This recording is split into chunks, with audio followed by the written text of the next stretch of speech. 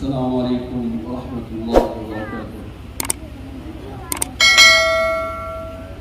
الحمدللہ حمدا کثیرا طیبا مبارکا فیہ، الحمدللہ کما ينبغي لجلال وجهه عظیم سلطانه، اللهم لك الحمد كله ولك المجد كله، لك العظمة كلها ولك الكبرياء والجلال، أشهد أن لا إله إلا الله وحده لا شريك له، وأشهد أن محمدا عبد الله ورسوله صلى الله عليه وعلى آله وأصحابه الطاهرين الطيبين الغر الميامين الذين اختارهم الله لصحبة نبيه وإقامة دينه، فجاهدوا في الله حق جهاده ونصرهم الله نصرا عزيزا، فكانت كلمة الله هي العليا وكلمة الذين كفروا هي السفلى، قل جاء الحق وزهق الباطل إن الباطل كان زهوقا۔ معزز صدر، سامعین اکرام، نونہال بچوں اور عزیزان وطن، میرے لیے بہت مسرت اور شادمانی کی باعث ہے کہ میں سے اولوالعزم نوجوانوں کے پاس آیا ہوں اور ان کی دعوت پر مجھے لبیک کہنے میں کوئی تعامل نہیں ہوا، کیونکہ میں آج اس قابل نہیں تھا۔ سب لوگ جانتے ہیں کہ ہمارے عزیزہ بہت قریبی اور عزیز ترین عزیزہ کا انتقال ہو گیا، کئی روز پہلے ہوا۔ ہم اس میں مصروف تھے۔ آپ سب سے بھی ہم درخواست کرتے ہیں کہ آپ ان کے لیے دعائیں مغفرت کریں، اللہ ان کی مغفرت فرمائے۔ ہم لوگ اسی تعزیت میں مشغول تھے اور تقریباً سارا دن میرا تذکیر میں اور دینی گفتگو میں ہی گزرا، لیکن ان نوجوانوں کا حوصلہ ہے ایسا ہے کہ انہوں نے اتنا بڑا بیڑا اٹھایا ہے کہ چیریٹیبل ٹرسٹ قائم کر کے تعلیم کی طرف اور تعلیم کو فروغ دینے کے لیے، پھر اس کے بعد لائبریری بھی قائم کرنے کا انہوں نے بیڑا اٹھا رکھا ہے۔ تو چونکہ یہ میرا خاص شغف ہے، موضوع ہے کہ تعلیم کے ذریعے کی ڈیولپمنٹ، تعلیم کے ذریعے ترقی۔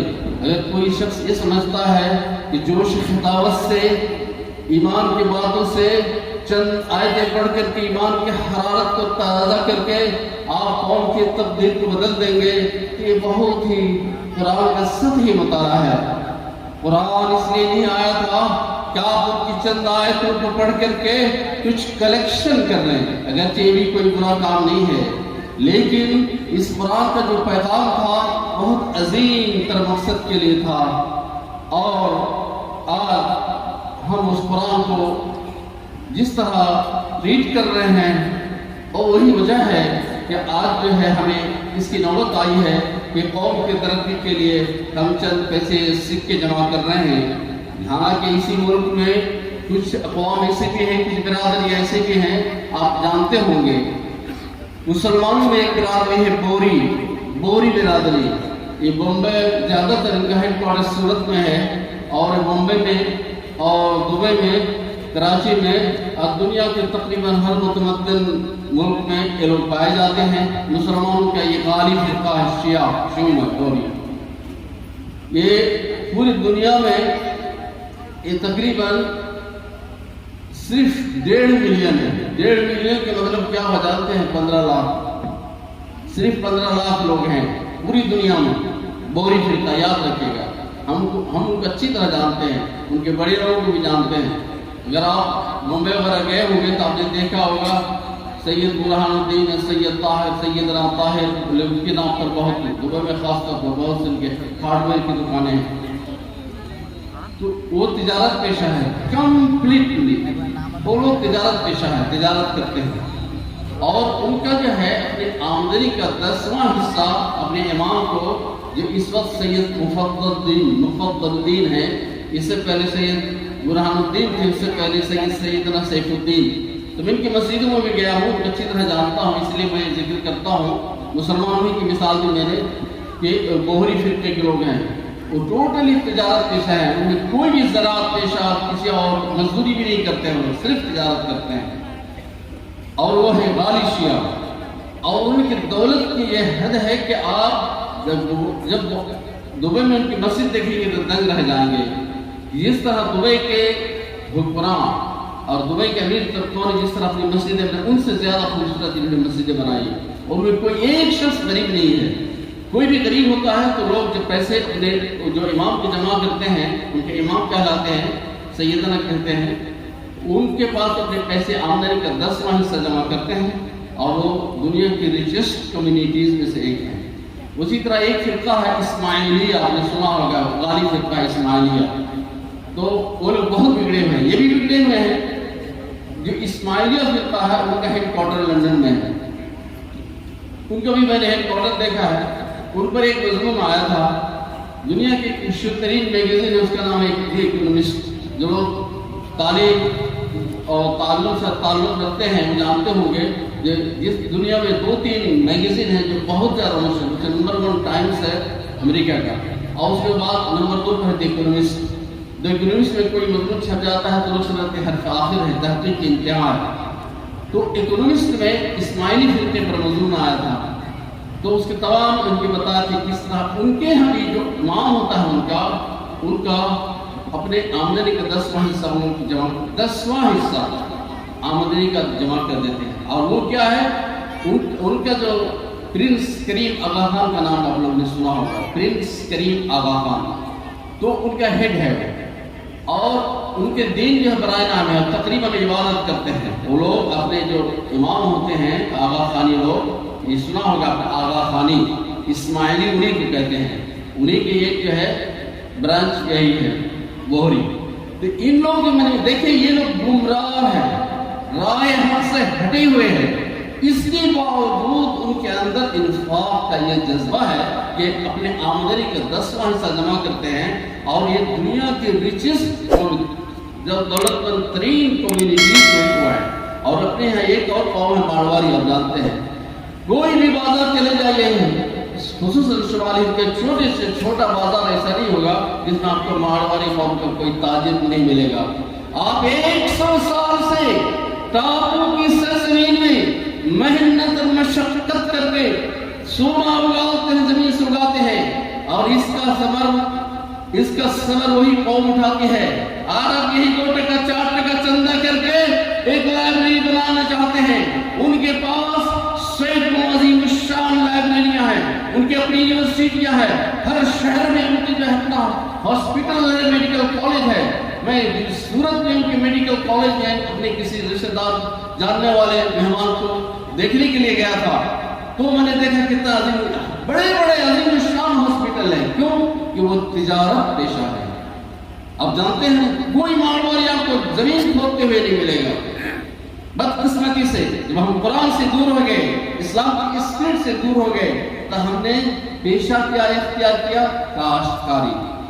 اچھی چیز ہے، لیکن حضرت عمر اسلام کے سب سے بڑے نفس شناس ہیں، جب ان کو پتہ چلا کہ عراق اس وقت ارض السواد کے معنی جانتے ہیں، اس لیے زرخیز زمین وہاں دجلہ اور فرات کی دونوں نے دیا بہتی عراق میں، عرب میں صحرا ہے، عرب میں سعودی عرب جسے کہتے ہیں آپ لوگ، لیکن وہ جزیرۃ العرب ہے، وہاں پر کوئی پیداوار نہیں ہوتی ہے۔ قرآن میں اس کی شہادت موجود ہے، ربنا انی اسکنت من ذریتی بواد غیر ذی زرع، ایسی جگہ میں نے اپنی حضرت ابراہیم علیہ السلام کی زبان یہ دعا ادا ہوئی کہ ایسی سرزمین میں ہم نے اولاد کو بسایا ہے جہاں پر کوئی کچھ بھی نہیں ہوتا ہے، کوئی سزا نہیں ہوتا ہے۔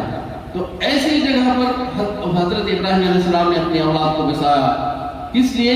تاکہ وہ کعبے کو آباد کرے، تاکہ ان کی ضرورت سے آنے والے وقت میں اسماعیل علیہ السلام کی اولاد میں حضرت محمد صلی اللہ علیہ وسلم پیدا ہوں، پھر ان کی قوم سے ان کی ضرورت سے ایسے لوگ پیدا ہوں جو دنیا کو بدل کر، دنیا کے اللہ تعالیٰ نے جو نقشہ تھا، دنیا منصوبہ تھا، اللہ کی یہاں بھی منصوبہ ہے، اس کا خاکہ سے ملتا ہے۔ وَإِذْ قَالَ رَبُّكَ لِلْمَلَائِكَةِ إِنِّي جَاعِلٌ فِي الْأَرْضِ خَلِيفَةً، تو اللہ نے خلافت کا تمغہ، خلافت کا منصب انسانوں کو عطا کی. اس سے پہلے ہزاروں سال پہلے، 50,000 سال پہلے یہ منصوبہ ہوا تھا. اس وقت یہ بنی آدم کا خلافت عطا کی گئی تھی اور اس لیے فرشتوں سے بتایا گیا تھا. یہ خلافت کو جب تک آپ سمجھیں گے نہیں، اس وقت تک آپ کے اندر انفاق کا صحیح جذبہ نہیں پیدا ہوگا. انفاق کا جو جذبہ سرد ہو جانے کی وجہ سے لوگ جو مزدور بن گئے، کاشتکار بن گئے، تو غریب ہو گئے، مفلس ہو گئے. تو اس کی وجہ سے آپ کو یہ چندہ کہ اس چندے سے ہمارا کیا ہوگا؟ لاکھ 2 لاکھ روپیہ جمع کر کے آپ کون سی چیریٹی میں کام کر لیں گے.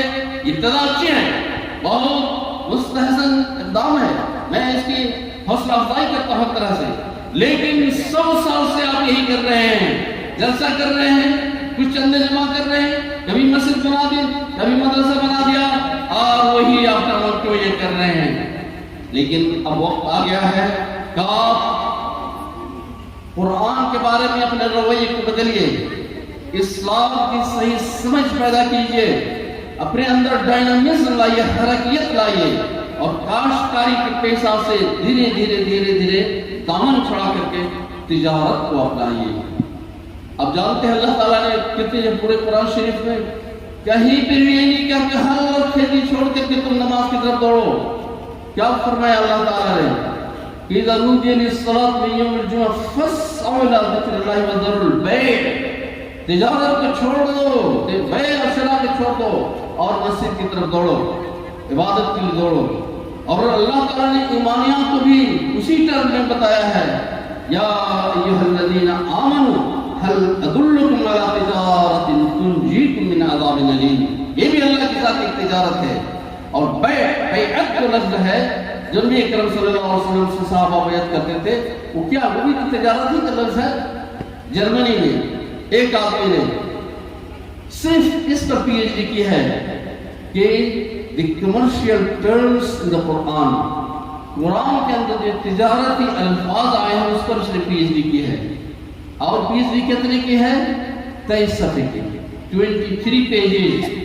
تو اس نے یہ بیان کیا ہے اس پی ایچ ڈی میں کہ قرآن عجیب و غریب کتاب ہے، بات آخرت کی ہو رہی ہے، بات جنت کی ہو رہی ہے، دنیا میں انقلاب لانے کی بات ہو رہی ہے، اور وہاں سب ہم کو تجارت کے الفاظ سے اللہ نے بیان کیا. ترازو ہے، میزان ہے، تجارت بیع شراء بیعت خود تجارت ہے. آپ سمجھیں کہ اسلام کا تجارت سے کتنا گہرا تعلق ہے.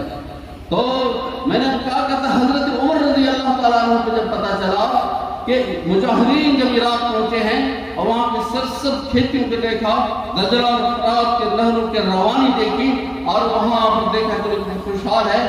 تو مسلمانوں نے حضرت عمر سے درخواست کی کہ ہم لوگ بھی چاہتے ہیں کہ ہم لوگ بھی زراعت میں لگ جائیں اور ہم لوگ ہمارے اندر خوشحالی ہو آئے، ہم لوگ ریگستان سے گئے ہوئے ہیں. تو حضرت عمر نے کیا فرمایا؟ آپ کو اگر تم نے کاشتکاری شروع کر دی، عراق میں بس گئے اور کاشتکاری کرنے لگے، تو تم پر جزیہ لگا دیں گے جو غیر مسلموں پر لگایا جاتا ہے. اللہ نے تم کو قرآن دے کر نبی کریم صلی اللہ علیہ وسلم کی صحبت ادا کر کے اتنے عظیم الشان کام کے لیے تیار کیا ہے کہ تم دنیا کے مرو، اللہ کے رنگ والی زمین کو رنگو، صبغۃ اللہ ومن احسن من اللہ صبغہ. اتنے عظیم الشان کام کو چھوڑ کر تم کھیتی میں لگنا چاہتے ہو، تمہارے ساتھ کافر جیسا سلوک کریں گے.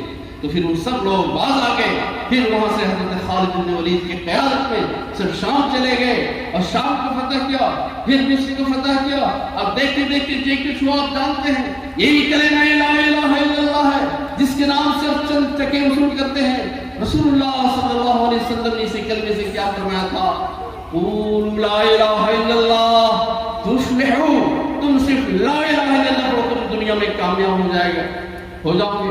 رسول اللہ نے فرمایا تھا قولوا لا الہ الا اللہ تدین لکم العرب والعجم. تم لا الہ الا اللہ کو سمجھو اور دل سے اس کے اقرار کرو، زبان سے اس کے اقرار کرو، اظہار کرو، تو عرب اور عجم تمہارے سامنے سر نگو ہو جائیں گے.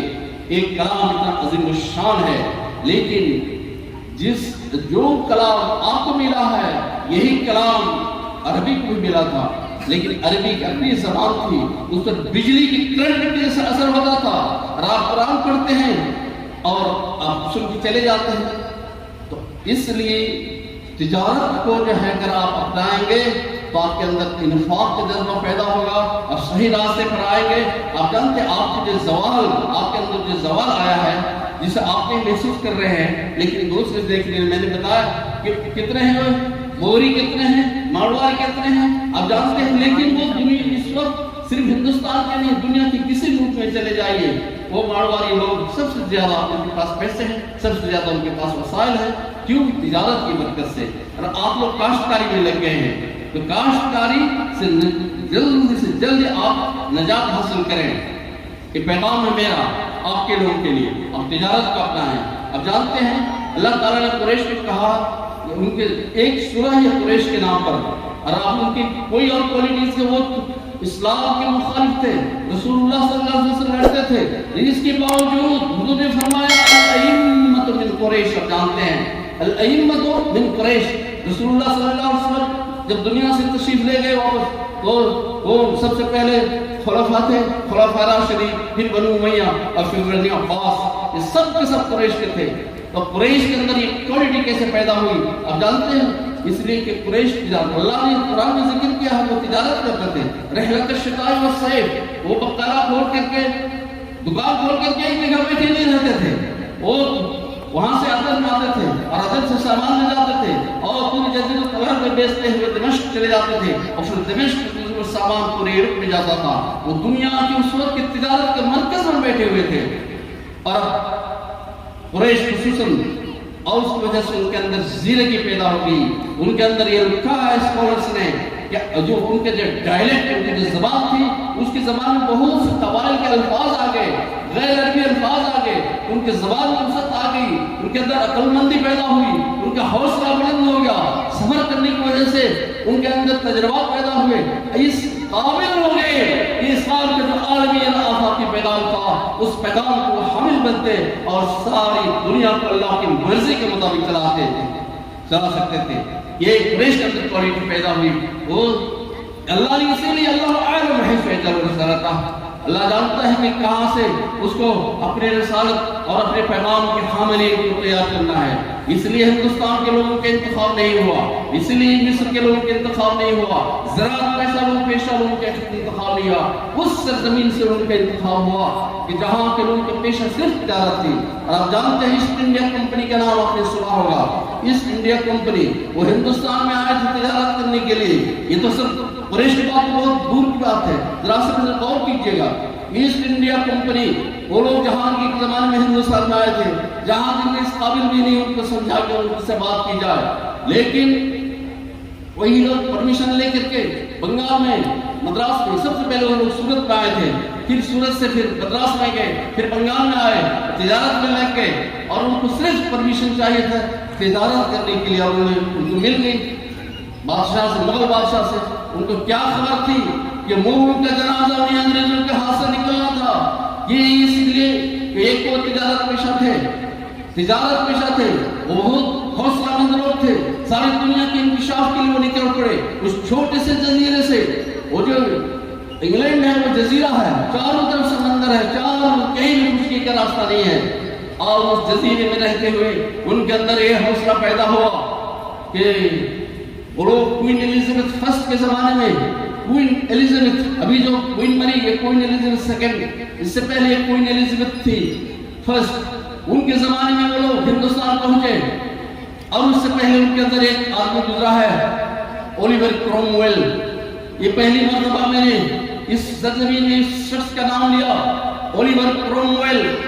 آپ موبائل فون میں دیکھ سکتے ہیں، آپ انسائکلوپیڈیا میں دیکھ سکتے ہیں، ہر علمی کتاب میں دیکھ سکتے ہیں۔ وہ اولیور کرومویل، وہ وہاں کا ایک شخص تھا، اسے ریچرڈ تھرڈ ایک وہاں کا بادشاہ تھا، اس کو اس نے قتل کروایا تھا، ریچرڈ تھرڈ کو قتل کروایا تھا، اس لیے وہ ظالم بادشاہ تھا۔ اس نے پھر اس ملک میں خلافت کے طرز پر حکمرانی قائم کی، اور اس کو پیریٹن کہا جاتا ہے، پیریٹن میں سچے پکے لوگ۔ جب وہ مرنے لگا، اس کے 9 بیٹے تھے، جب وہ مرنے لگا اولیور کرومویل، تو لوگوں نے کہا کہ آپ اپنے بیٹوں میں سے کسی کو انگلینڈ کا بادشاہ بنا دیجیے ورنہ خلفشار مچے گا۔ جانتے ہیں اس شخص نے کیا کہا تھا؟ اس نے کہا تھا کہ میں نے ایک بادشاہ کا ظالم ہونے کی وجہ سے اس کے بادشاہت کی ظالمانہ اور سرکشانہ روش میں اس کو قتل کیا، اور میں اپنے بیٹے کو بادشاہ بناؤں گا؟ کبھی نہیں بناؤں گا۔ اور اس کے بعد اس نے ڈیموکریٹک سسٹم کو سب سے زیادہ تقویت اس سے اولیور کرومویل نے انگلینڈ میں پہنچائی۔ اس کے بعد وہاں کا نقشہ بدل گیا۔ انسائکلوپیڈیا بریٹانیکا میں آپ دیکھ لیجیے، یہ دنیا کی مشہور ترین کتاب ہے۔ میں دینی بائبل اور قرآن کی بات نہیں کہتا ہوں، میں عمومی علم کی بات، دنیا میں علم کا سب سے بڑا گنجنا معارف کا خزانہ اگر کوئی کتاب ہے اس وقت تو وہ انسائکلوپیڈیا بریٹانیکا ہے۔ ایک دفعہ میں اعظم گڑھ گیا اور وہاں دارالمصنفین کا نام آپ نے سنا ہوگا، دارالمصنفین اعظم گڑھ۔ تو وہاں مجھے لائبریری دیکھنے کا موقع ملا، تو میں نے وہاں کے لوگوں سے کہا کہ اتنی بڑی لائبریری، شبلی اور سید سرور ندوی کے دانش قدر، یہاں سے مصنفین نکلتے ہیں، اور آپ کی لائبریری میں انسائکلوپیڈیا بریٹانیکا نہیں ہے؟ تو آپ دیکھتے ہیں آپ جن مسلمان کے عظیم ترین اداروں میں سے ایک ہے دارالمصنفین، وہاں پر انسائکلوپیڈیا بریٹانیکا نہیں ہے۔ تو اب پتہ نہیں اس کے بعد پھر انہوں نے کوشش کی اب بنوائی ہوگی۔ انسائکلوپیڈیا بریٹانیکا میں آپ اولیور کرومویل دیکھ، اس میں لکھا ہوا ہے کہ سب سے بڑا انگلش مین جس نے جنم لیا، انگریز، سب سے بڑا انگریز جو کسی انگریز ماں کے کوکھ سے جنم لیا ہے وہ اولیور کرومویل ہے۔ ہمارے ایک استاد انگلینڈ گئے، اس کے بعد ان کو میں نے اولیور کرومویل کے بارے میں بتایا کہ اس کی کیسا آدمی تھا، اس نے انگلینڈ میں کیا اثر ڈالا، کیسے اس کی وجہ سے وہ دیندار آدمی تھا، اپنے اعتبار سے دیندار آدمی تھا، اس نے کس طرح ڈیموکریٹک سسٹم کو وہاں پر نقش لوہے قلم کی طرح سے نقش کر دیا، اور ابھی تک دنیا میں سب سے زیادہ ڈیموکریٹک سسٹم مضبوط ہے تو وہاں پر ہے، انگلینڈ میں ہے، اور بھائی امریکہ میں جو حالات جانتے ہیں۔ تو لیکن اس سے پہلے انگلینڈ میں اس سے پہلے ایک اور واقعہ پیش آیا تھا، بتا دیتا ہوں، چاہتا ہوں کہ لوگوں کے اندر ذوق پیدا ہو۔ آپ نے لائبریری قائم کرنے کی بات کی تو قرآن اور حدیث، 100 سال کے بعد بھی آپ صرف قرآن اور حدیث مطلب قرآن کی تفسیر پڑھیں گے؟ کیوں نہیں سائنس پڑھیں گے؟ کیوں نہیں جیوگرافی پڑھیں گے؟ کیوں نہیں سوشل سائنس پڑھیں گے؟ کیوں نہیں دیگر اقوام کے علوم کو پڑھیں گے؟ الحکمت ضالۃ المؤمن ان وجدها فهو احق بها۔ دنیا میں حکمت کی ہر لفظ، ہر آواز، ہر صدا مومن کے متائج منشلا ہے، جہاں سے بھی انہیں کچھ لپٹ کے لینا چاہیے۔ تو میں آپ پھر بات کو پھیلائے بغیر اس وقت میں تقریر کرنے کے موڈ میں بالکل نہیں تھا، لیکن چونکہ آپ حضرات جمع ہیں، سننے کے لیے آئے ہیں، تو میں چاہتا ہوں کہ کچھ ایسی باتیں آپ کو سننے کو ملے جس سے آپ کل جائیں اور سوچیں، غور کریں کہ ہمارے اندر وہ کون سی خامی آ گئی ہے جس کی وجہ سے ہمیں ایک لائبریری اور کچھ بچوں کے تعلیم کے انتظام کرنے کے لیے جلسہ کر کے چند ٹکے جمع کرنے پڑتے ہیں۔ 100 سال سے یہ ہو رہا ہے، 100 سال سے جب یہ مدرسہ قائم ہوا تھا یہ کٹیروا کا، تب سے لے کر آپ دنیا میں دیکھیں کتنی علمی تحریک پیدا ہوئی، اور وہاں کی دیگر یونیورسٹی کہاں سے کہاں پہنچ گئی، کتنی نئی نئی یونیورسٹیاں قائم ہوئی، اور اب جہاں پر تھے 100 سال پہلے وہیں پر ہے، وہی طریقہ قائم ہوئے ہیں، وہی جلسے ہیں اور اسی طرح کے چندے ہیں، اور اگر 100 سال آپ اسی طرح کرتے رہیں گے تو آپ کی ڈیسٹینیشن میں، آپ کی تقدیر میں کوئی خاص تبدیلی نہیں آ سکتی ہے، کیونکہ وہی رویہ ہے۔ میں اس وقت آپ کی دل شکنی نہیں کرنا چاہتا ہوں، میں چاہتا ہوں کہ ذرا سوچیں کہ کتنے عظیم مقصد کے لیے، کتنے عظیم منصب پر آپ فائز کیے گئے ہیں کہ آپ کو دنیا کی رہنمائی کرنی ہے۔ ہاں، اگر آپ کہیں گے ہم تو اپنی رہنمائی نہیں کر پاتے ہیں، دنیا کی رہنمائی کریں گے، اگر یہی رویہ رہا تو آپ کسی قابل نہیں ہیں۔ دنیا میں جو بھی چیز بے فائدہ ہوتی ہے، جس میں منفعت نہیں ہوتی انسان کے لیے، وہ دنیا سے ختم کر دی جاتی ہے، اور اگر اس کے اندر نفع ہے، اس کے اندر فائدہ ہے تو اللہ تعالیٰ اس کو ثبات اور دوام عطا کرتا ہے، اور آپ اس قوم کے لیے مفید بنیے۔ اس ہندوستان کی قوم میں آپ جانتے ہیں یہ ایسے وقت میں جبکہ بی جے پی کی سرکار تھی، یہاں پر جب وہ لوگ مسلم دشمنی پر تلے ہوئے تھے، ایسے وقت میں اچانک ایک شخص کو یہاں کی بی جے پی کی سرکار نے ہندوستان کا صدر بنا دیا۔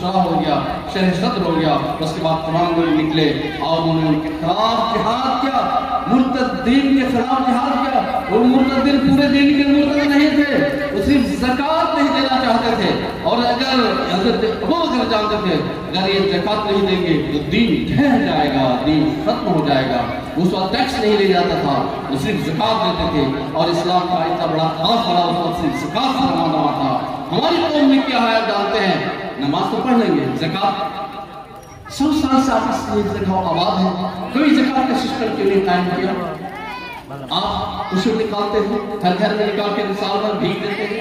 یہ بھیک مانگنے کو روکنے کے لیے، فقر و فاقہ کی آگ کو مٹانے کے لیے تو زکوٰۃ کا سسٹم اسلام نے قائم کیا، اور آپ زکوٰۃ دے کر کے سال بھر بھیک ہی دے رہے ہیں، قوم کو بھیک منگوا رہے ہیں۔ تو اگر آپ اس وقت جو لوگ موجود ہیں وہ اپنے گاؤں میں، اپنے علاقے میں جا کے اس پر مشورہ کریں، عقیم الدین جو ہے اسی عقیم الدین، ابھی ہم بعض کر رہے ہیں عقیم الدین کی بات ہے کہ پورے دین کو قائم کرو۔